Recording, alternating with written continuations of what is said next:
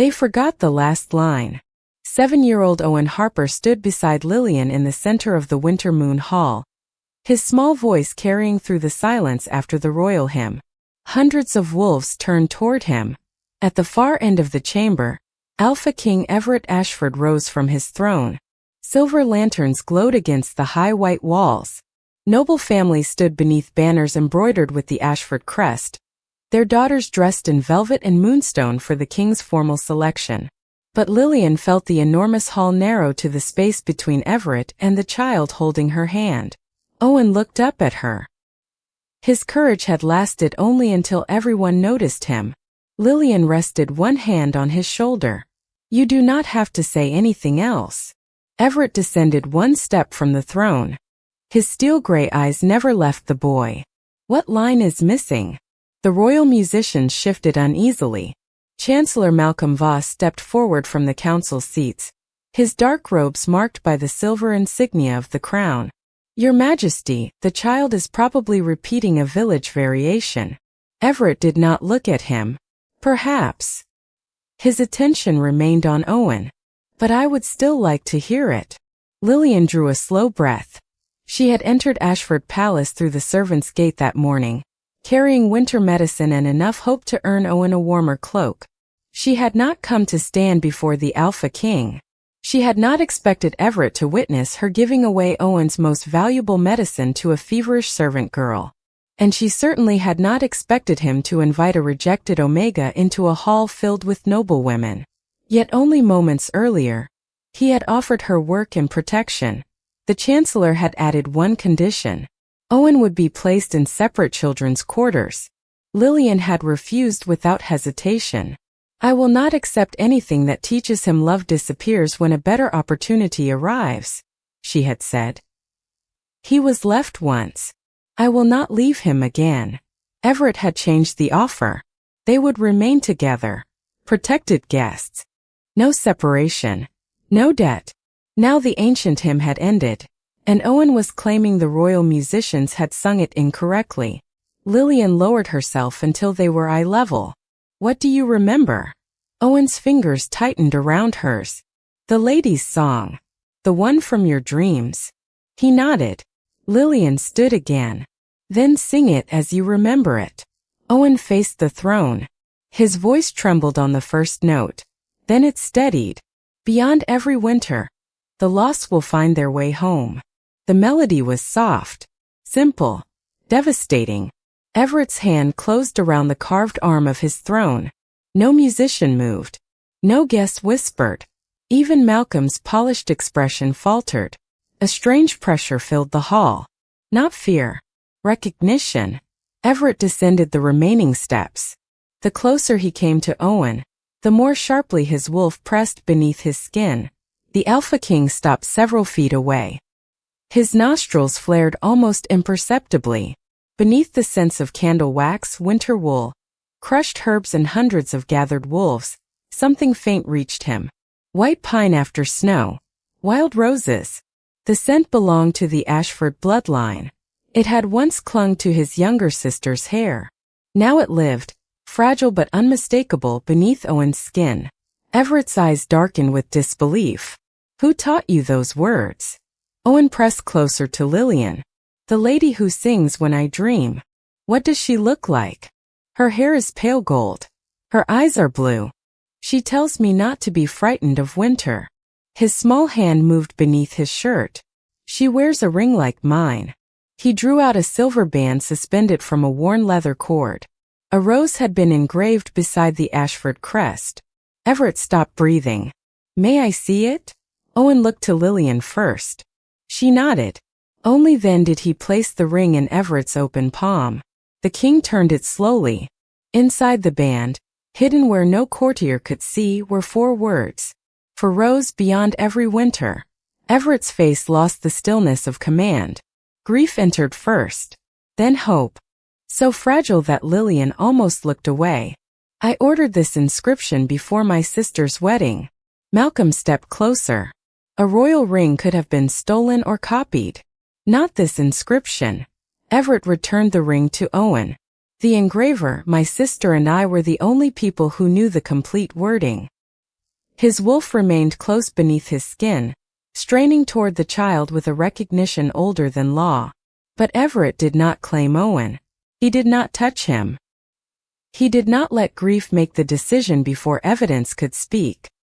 He turned toward the gathered court. The winter moon selection is ended. A shocked murmur moved beneath the silver arches. Malcolm's jaw tightened. Your Majesty, noble families have crossed half the kingdom to attend. Then they may cross it again another year. Everett's gaze settled on Lillian. The child will not be questioned before an audience. Then he looked at Owen. And neither will the woman who protected him. Before we continue, where are you watching from? Drop your city or country in the comments below. And if you believe family is created by those who stay, hit like and subscribe. These stories remind us, true strength is gentle, and love always recognizes what pride overlooks. Now back to Lillian. Everett led them through a private passage behind the throne. The noise of the gathering faded beneath heavy stone walls. Lillian kept Owen close as they entered the royal memory chamber. Portraits lined the walls beneath candlelit arches. Kings, queens, children wearing the silver colors of Ashford. Owen walked slowly past them. Then he stopped. A young woman with pale blonde hair and clear blue eyes looked down from a portrait framed in carved roses. Owen's feather pouch slipped from his fingers. That is her. Everett stood beside the portrait. Rosalie Ashford. His voice changed around the name. My younger sister. Owen stared at the painted woman. The lady from my dreams? I believe so. But you are not certain? Everett lowered himself until his eyes were level with the child's. I believe many things tonight. But belief is not proof, and hope should not be used to take choices away from you. Owen looked at Lillian. Will proof change who my mother is? The question struck the room silent. Lillian's heart tightened. Everett answered before fear could reach the boy. No. He glanced toward Lillian. Blood may tell us where you began. It cannot erase who stayed. Owen moved closer to her, and she rested her hand against his hair. Everett rose. Tell me how you found him. Lillian drew a measured breath. 7 winters ago, I traveled to an abandoned monastery near the northern road. I was exchanging herbs for lamp oil. Her fingers settled around Owen's shoulder. I found a basket beneath the outer arch. He was inside, wrapped in a silver cloak. The ring was tied around his neck. Was there a message? Yes. Do you still have it? I kept everything that came with him. A flicker of relief crossed Everett's face. Why did you never bring him to the palace? The note warned that someone inside the royal court wanted the child forgotten. Her gaze shifted briefly toward Malcolm. I had no way to know whom I could trust. Malcolm entered behind them with 2 council elders. How convenient, he said. A warning that prevented anyone from verifying her story. Lillian met his eyes. It prevented me from handing a helpless child to the people his mother feared. Everett's voice cooled. You will speak when I ask you. Malcolm bowed. His obedience was perfect. His scent was not. A bitter trace of unease passed through the room before he concealed it beneath cedar oil. Everett noticed. So did Lillian. An elderly woman entered with the aid of a carved cane. Eleanor Brooks had served as nurse to the Ashford children. The moment she saw Owen beneath Rosalie's portrait, her hand rose to her mouth. Her eyes. She approached slowly. May I examine your wrist? Owen looked to Lillian. Only after she nodded did he push back his sleeve. 3 pale stars curved beneath the skin like the edge of a crescent moon. Eleanor opened a family record. The same mark appeared beside Rosalie's name. Children of the Ashford line carry this pattern, she said. But the bloodline carries another sign. She looked toward Everett. You already scented it. Everett's silence answered. Malcolm's expression sharpened. Eleanor continued. Ashford wolves carry white pine and wild rose beneath their natural scent. It becomes strongest near close blood. Everett moved no closer. But his wolf recognized the child. The truth lived in every controlled breath. Owen touched the mark. Does this mean Rosalie was my mother? Eleanor's eyes softened. I believe she was. Everett knelt before him again. "And I believe you are my nephew." His voice remained steady despite the grief behind it. "But I will not make a royal declaration until the evidence has been examined." Owen studied him. "Why?" "Because loving the truth means being patient enough to prove it." Eleanor turned toward Everett. "Rosalie did not die where the official report claimed." The king rose slowly. "What do you know?" "She discovered that funds intended for the Northern Territories were being diverted through the Royal Council. She planned to bring the records to you." "Who arranged her journey?" Eleanor's gaze moved toward Malcolm. "The order carried the Chancellor's seal." Malcolm did not move. "I approved hundreds of royal routes." "She requested trusted guards," Eleanor said. "They were replaced the night before she left." Everett's jaw tightened. "Seal the royal archives." He ordered record keepers from 3 neutral territories summoned before dawn. "No accusation will be announced until the documents are examined. Lillian and Owen will remain together in the Western Guest Wing." Malcolm bowed. A cautious decision. His words were respectful. His eyes were not. That night, snow brushed against the western windows. Owen slept near the fire while Lillian unfolded the note she had kept for 7 years. Most of the ink had faded, but several words remained. "Do not trust the royal road. Protect my little star. Beyond every winter, the lost will find their way home." A young maid arrived carrying warm milk and a folded message sealed with Everett's crest. "His Majesty has found another keepsake belonging to Princess Rosalie. He asks that Lord Ashford meet him in the chapel." Lillian read the message twice. Everett had not called Owen a lord. He had promised not to declare the boy's identity before the investigation. "We will go together." The maid's face tightened. "Only slightly." Then bells began ringing in rapid succession from the eastern wing. A false fire alarm. Guards rushed through the corridor. The maid set down the tray.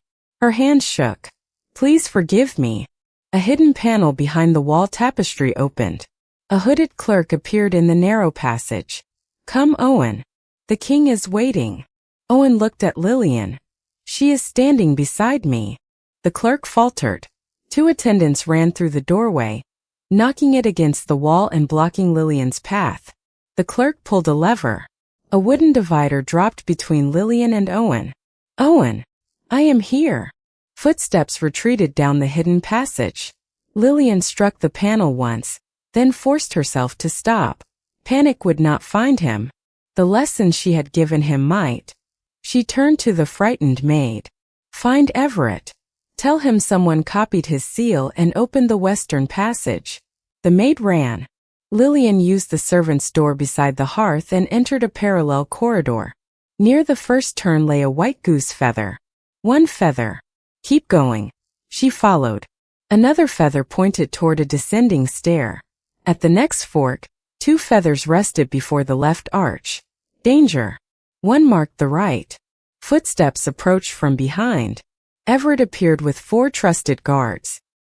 His long hair had come loose around his shoulders, and his wolf pressed visibly beneath the hard line of his face. The air around him carried the cold force of a ruler close to losing control. But when he saw Lillian, he mastered it. "The maid found me." Lillian showed him the feathers. "Owen carries them for unfamiliar roads." Everett looked toward the right passage. "He is leading us." They moved forward together. The guards followed far enough behind not to frighten the child or alert whoever held him. Another feather waited at the bottom of a spiral stair. 2 lay near an abandoned chapel. Then 3 white feathers appeared beneath an iron-banded door. "Find me." Lillian pressed her hand against the wood. "Owen." For one terrible heartbeat, silence answered. Then his small voice came from the other side. "I can hear you. Count what is real." "The floor." His breath shook. "A lantern." "Good. Your voice." Lillian closed her eyes. "We are here." Everett examined the lock. "There is another entrance through the old record chamber." He sent 1 guard around the side passage. Moments later, the door opened from within. Lillian entered first. Owen sat on a wooden bench beside a nervous council guard. A child-sized travel cloak lay beside him. A packed satchel waited near the rear exit. He had not been brought there for protection. Someone had intended to move him beyond the palace before sunrise. Owen ran into Lillian's arms. His small body struck hers with enough force to make her stumble. She held him close, feeling the frantic beat of his heart against her chest. Everett knelt beside them. "Were you harmed?" Owen shook his head. "I kept dropping feathers." "You were brave." "I was scared." "Bravery does not mean fear was absent." Everett's voice softened. "It means you remembered what to do while fear was there." Beyond the bench, shelves held travel orders, sealed letters and account ledgers prepared for removal. On the central table lay a copied stamp bearing Everett's royal crest. One open record showed payments made on the night Rosalie disappeared. Replacement guards, road officials, messengers sent toward the monastery. Beneath each entry rested the same private authorization mark. Malcolm Voss. Everett stared at it. His wolf surged. A low growl rolled through the chamber, deep enough to shake dust from the shelves. The council guard backed against the wall. Lillian placed one hand lightly against Everett's sleeve. Not to restrain him, to remind him what mattered. Evidence. Witnesses. Truth. Everett released a controlled breath. The growl faded. "Seal this chamber." He ordered the clerk, guard and maid held separately so their testimony could not be coordinated. Every document would be numbered and copied in the presence of neutral record keepers. Owen looked up at him. "Are you angry?" "Yes." "Will you punish someone now?" Everett looked at the copied seal and the frightened child clinging to Lillian. "No." His voice was quiet. "First, we learn everything that is true. Anger should not decide before evidence speaks." He offered Owen his hand. "We are leaving this place together." Owen kept one arm around Lillian. He placed his free hand in Everett's. Between them, he walked back toward the light. For 3 days, Ashford Palace remained under quiet guard. The old chamber was sealed with wax from 3 neutral territories. Every ledger was copied twice. No servant entered alone. No member of Malcolm's household was allowed near the inquiry. Owen slept poorly. Whenever a corridor bell rang, his hand closed around the feather pouch beside his bed. Lillian never told him to forget. She sat beside him, counted what was real and waited until his breathing steadied. Everett came after council meetings. Sometimes he brought questions. Sometimes only quiet company. On the first night, he stood near the fire with guilt darkening his face. "I promised you safety." Owen held the pouch against his chest. "You found me." "Lillian found your trail." "You followed it with her." Everett lowered himself into the chair beside the bed. "I should have understood the danger sooner." Lillian set down a cup of warm mint tea. "Strength does not mean seeing every betrayal before it happens." Everett looked at her. "It means refusing to ignore the truth once it appears." The words did not excuse him. They gave him a path forward. The evidence gathered piece by piece. The maid admitted Malcolm's private secretary had threatened her father's position. The hooded clerk confessed that he opened the passage and handed Owen to a council guard. The guard produced the written order. The royal crest had been copied. The parchment came from Malcolm's private office. A royal engraver testified that Malcolm requested a duplicate impression of Everett's seal 7 years earlier, claiming it was needed for emergency documents. The hidden ledger linked payments to Rosalie's replacement guards, officials who closed the royal road and messengers sent toward the monastery. Still, Everett demanded one final connection. Someone who had seen Rosalie after her route was changed. Brother Samuel arrived on the 3rd evening. He had served at the northern monastery when Rosalie appeared during a winter storm, carrying an infant and a packet of records. She was ill, he told Everett. Exhausted. Terrified that palace riders were searching every northern road. Owen sat beside Lillian. She called him her little star. Brother Samuel removed a letter sealed with 3 stars pressed into black wax. She asked us to hide him and send him away with a trusted traveler if she could not reach you. Everett accepted the letter with both hands. She spoke your name often, Samuel continued. Not as her king. As the brother she believed would listen. Everett did not open the letter alone. Lillian and Owen sat beside him. Eleanor stood near the window. Rosalie's first pages described the stolen northern funds, altered routes and copied seal. She named Malcolm. She listed the officials who had agreed to sign a false accident report. The final page was different. It was written for Owen. Rosalie asked Everett never to remove her son from the person who protected him when there was no inheritance, title or reward to gain. Blood might reveal where a child began, she wrote. Love revealed who remained. Everett read the line twice. Then once more in silence. Owen leaned against Lillian. Will I have to speak at the trial? Only if you wish. What if Malcolm says I am lying? The evidence will answer him. Everett folded the letter carefully. Adults created this danger. A child will not be required to prove that it frightened him. Relief softened Owen's shoulders. Lillian watched Everett. The court had taught its kings that protection meant command. He was learning another meaning. Making room for someone else to remain whole. The night before the inquiry, Lillian found Everett alone in Rosalie's memory chamber. Only one lamp burned. He stood before his sister's portrait with the final letter in his hand. Lillian stopped at the doorway. I can return later. No. He looked toward her. Please stay. She entered. The room smelled of old paper, cedar and the dried roses Eleanor replaced every winter. Everett placed the letter beneath the portrait.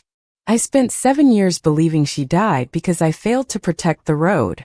You did not change her route. I built a court where Malcolm could. His voice remained controlled but grief pressed beneath it. I trusted efficiency. Obedience. Men who answered quickly and never questioned me. And Rosalie? She questioned everything. A small painful smile touched his face. She said a crown became dangerous the moment everyone around it learned to agree. Lillian looked up at the painted woman. She trusted you in the end.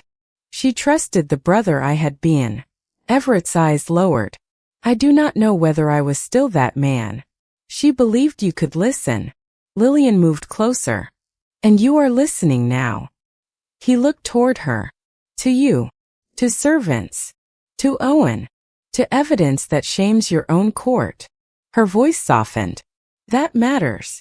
Everett studied her face. You could have brought Owen here years ago. I could have. Why did you keep Rosalie's message? Because fear should not be the only thing a child inherits from the woman who gave him life. The answer settled between them. Everett looked toward the window, where snow drifted beyond the glass. When my wolf scented Ashford blood on him, every part of me wanted to take him into my arms. But you did not. He looked at you first. Everett's gaze returned to hers. That told me who had earned the right to make him feel safe. Something warm moved through Lillian. Not the overwhelming command of a mate bond. Something quieter. Respect finding a place where fear had lived. Tomorrow, Everett said, Malcolm will use your rejection against you. I know. He will call Owen unknown. He has a name. He may call you unworthy. Mason already taught me that another man's judgment cannot decide my worth. Everett's expression hardened at Mason's name, but he did not turn jealousy into a claim. Instead he asked, why did Mason reject you? My wolf could not complete a full shift. Lillian looked down at her hands. He said a future Luna who could not stand in wolf form would weaken the pack. Everett's wolf moved close beneath his skin. And what did you say? Nothing. A faint smile touched her lips. I was younger then. What would you say now? Lillian met his eyes. That a man who mistakes gentleness for weakness has no business leading either wolves or people. Everett's mouth curved. For the first time since Rosalie's letter arrived, he almost smiled. Then his expression softened. Lillian, whatever happens tomorrow, you and Owen will remain together. I know. You trust me. I trust what you continue to choose. The answer affected him more deeply than praise could have. He raised one hand then stopped. May I? Lillian understood. She nodded. Everett took her hand. Nothing blazed. No mark appeared. His touch was simply warm, steady, chosen for one moment. When they released each other, neither pretended the moment had meant less than it did.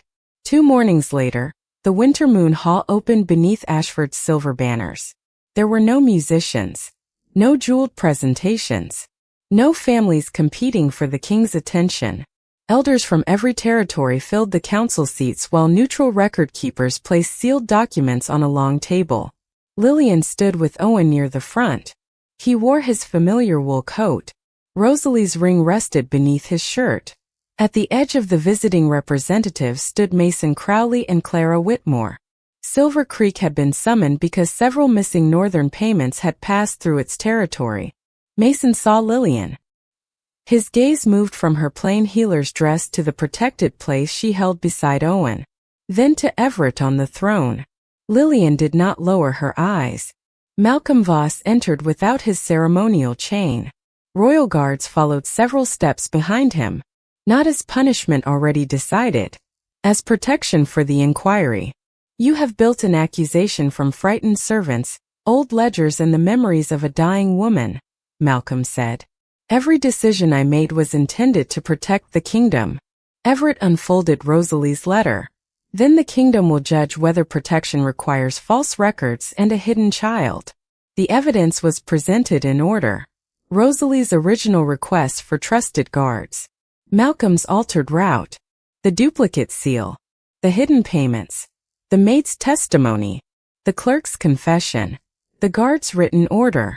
The packed cloak intended for Owen. Brother Samuel spoke last.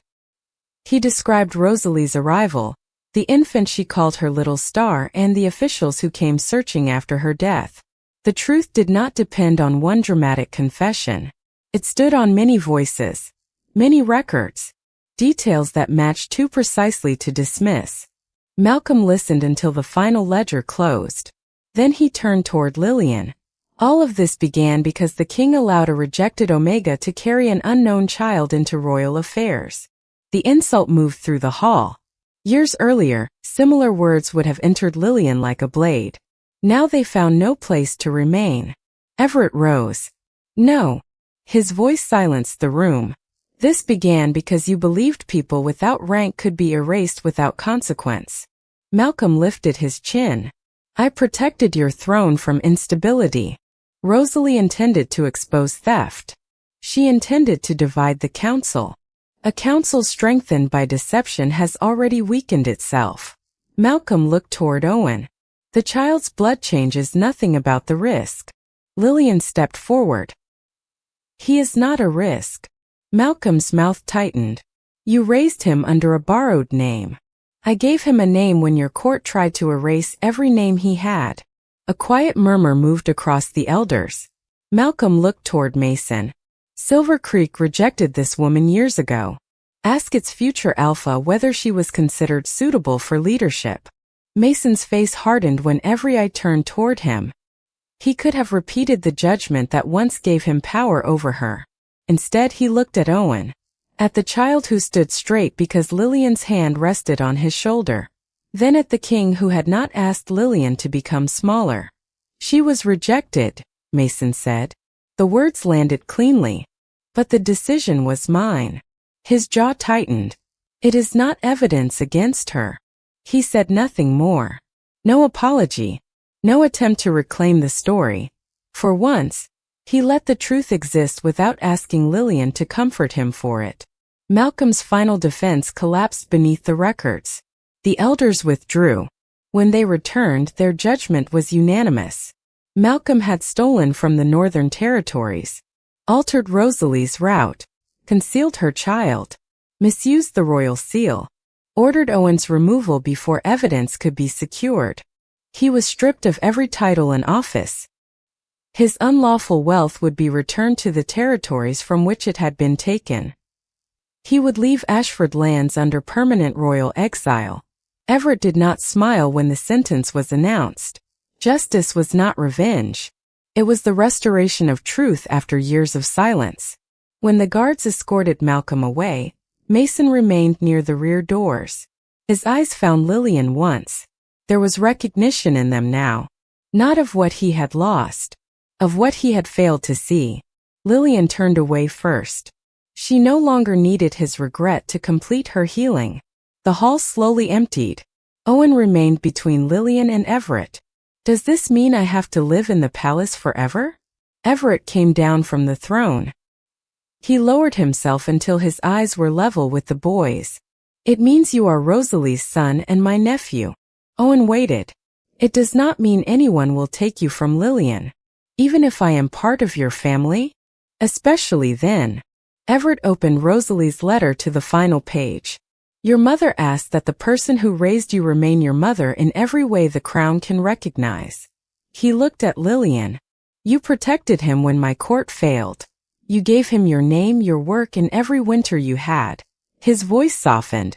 If you consent, the kingdom will recognize you as Owen's mother. Lillian's throat tightened. I never needed a decree to love him. No. Everett held her gaze. But the decree will ensure no crown can separate you. Owen looked between them. Can I keep Harper? Always, Everett said. And if you choose, you may also carry Ashford. Owen considered this with solemn concentration. Then I want both. He smiled. Owen Harper Ashford. Then he took Lillian's hand. He placed it inside Everett's. Can we choose each other too? The hall became quiet once more. This silence held no fear. Everett did not answer for her. He did not turn the child's hope into pressure. He looked at Lillian. Not today unless you want to. His thumb rested lightly against her hand. We have found truth. Love deserves time. The answer touched her more deeply than a public claim could have.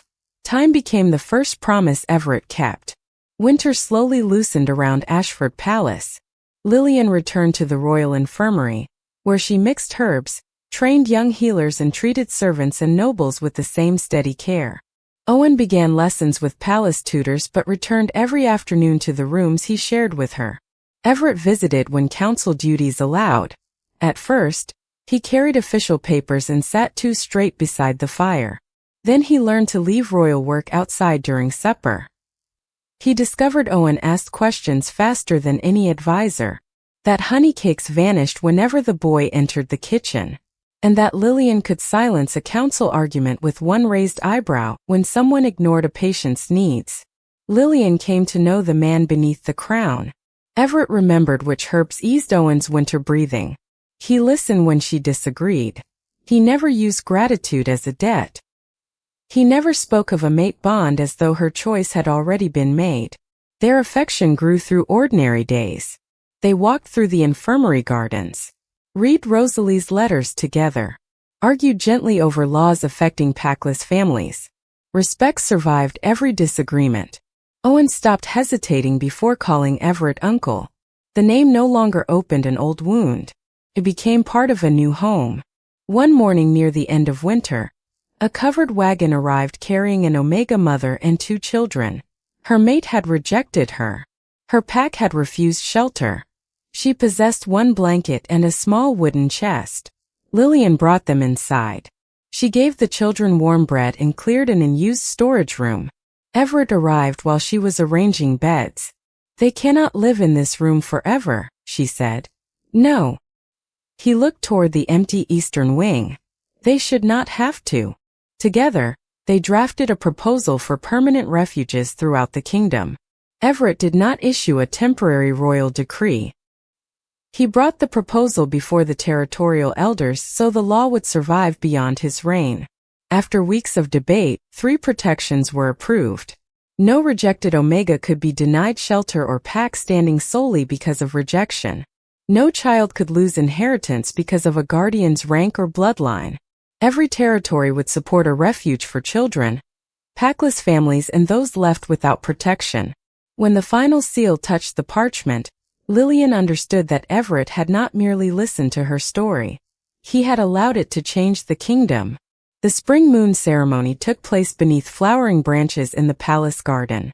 There were no competing noblewomen, no public selection, no woman presented as a prize. Only healers, elders, refuge families and Owen standing proudly between Lillian and Everett. Mason attended with the Silver Creek delegation. He remained among the witnesses, no longer the center of Lillian's pain, only a man from a life she had outgrown. Everett wore a black ceremonial coat etched in silver. His crown rested on the stone altar instead of his head. Lillian wore a deep blue gown made by the women of the infirmary. Rosalie's ring rested above her heart. Everett faced her before the gathered kingdom. Lillian Harper, you owe me nothing for the protection of this palace. His voice carried through the garden. You owe me nothing for Owen's place in our family. He offered his open hand. I ask only what you freely choose to give. His eyes held hers. Will you accept me as your mate and stand beside me as Luna and equal? The garden held its breath. Lillian looked at Owen. His hopeful smile carried no fear that one family would replace another. Then she looked at Everett, the king who had learned to ask instead of claim, the man who had followed a child's trail beside her, who had chosen evidence over rage, time over entitlement, freedom over possession. Yes, she said. Her hand settled into his. I choose you. Their bond did not strike like thunder. It arrived like sunlight across ground that had survived a long winter. Quiet, warm, certain. Everett fastened a silver bracelet around her wrist. 3 names had been engraved into the metal. Lillian, Everett, Owen. Before the kingdom, Owen was formally recognized as Owen Harper Ashford, carrying both the name of the mother who raised him and the bloodline restored to him. Mason lowered his head with the other witnesses. Lillian did not watch to see whether regret crossed his face. Her life was no longer measured by the man who had rejected her. It was shaped by the people who continued choosing her. Months later, the once empty eastern wing echoed with lessons, footsteps and laughter. On the first warm morning of spring, Everett stood outside the council chamber holding a stack of sealed documents. An advisor opened the door. Your Majesty, the elders are waiting. From the infirmary kitchen came Owen's laughter. Then Lillian's voice. Owen Harper Ashford, put that honey cake back. It was already broken. It was whole when I last saw it. Everett looked at the council doors, then toward the bright kitchen at the end of the hall. He handed the documents to the advisor. They can wait 10 minutes. Inside, Owen had set 3 places at a small wooden table. A stolen honey cake sat in the center. Lillian held out her hand when Everett entered. For years, he had believed family was something Winter had taken from him forever. Now he understood. Home was not only the person returned by blood. It was the woman who protected that person when no reward existed. The child who left a trail through darkness. And the people who kept choosing one another after the truth was known, after every door had opened, and after nothing remained to prove.